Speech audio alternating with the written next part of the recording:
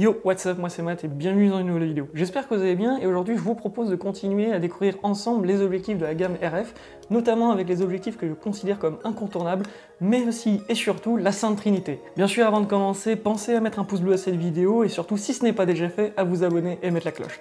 Sur ce, je vous propose de commencer sans plus attendre, c'est parti. Et on va commencer tout de suite avec les objectifs incontournables, et si ce n'est l'objectif incontournable numéro 1, celui dont vous avez déjà sans doute entendu parler, je veux bien sûr parler du 50 mm f1.8. Alors pourquoi cet objectif est considéré comme un incontournable?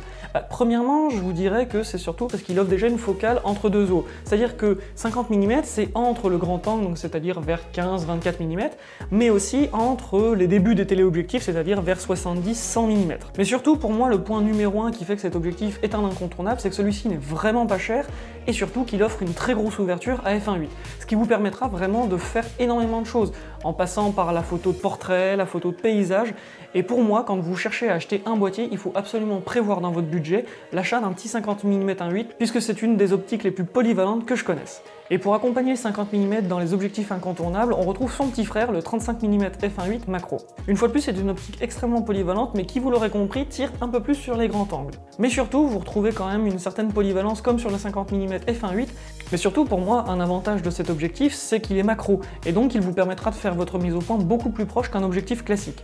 Ceci combiné à sa grande ouverture et le fait qu'il soit plus proche des grands angles conviendra sans doute plus à certains d'entre vous.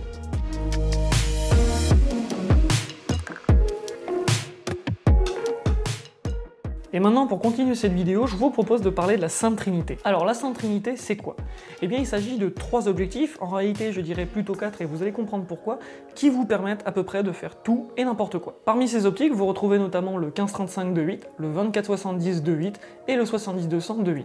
Et comme vous l'aurez compris, avec ces 3 objectifs, vous couvrez une très grosse plage focale, de 15 mm à 200 mm, du grand angle au téléobjectif. Comme je vous disais, ces objectifs, vous pouvez faire à peu près tout et n'importe quoi. Vous pouvez très bien faire de la photo d'architecture avec du 15-35, de la photo animalière avec le 70-200, du portrait avec le 24-70. Vraiment, avec ces objectifs, il y a très peu de choses que vous ne pouvez pas faire, et je pense que vous comprenez maintenant pourquoi on appelle ça la Sainte Trinité. Et si vous vous souvenez bien, au début de cette partie, je vous ai parlé également d'un 4e objectif qui, pour moi, pourrait faire aussi l'affaire dans cette Sainte Trinité.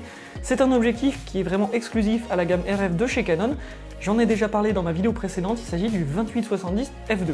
Avec cet objectif, vous gagnez encore en ouverture, puisque vous pouvez aller jusqu'au f2 de 28 à 70 mm, et surtout, les 4 mm que vous perdez par rapport au 24-70, vous pouvez les compenser avec votre 15-35 2.8. En revanche, le petit défaut de cet objectif, c'est qu'il est extrêmement lourd, puisqu'il fait presque 1,5 kg, et donc du coup, au final, c'est à vous de voir si vous êtes prêt à endurer un peu plus de poids pour un peu plus d'ouverture.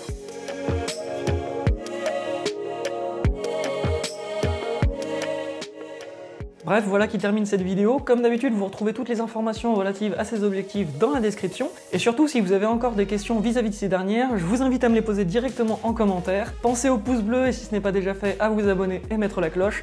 Moi, je vous retrouve dans une prochaine vidéo. C'était Matt. Salut!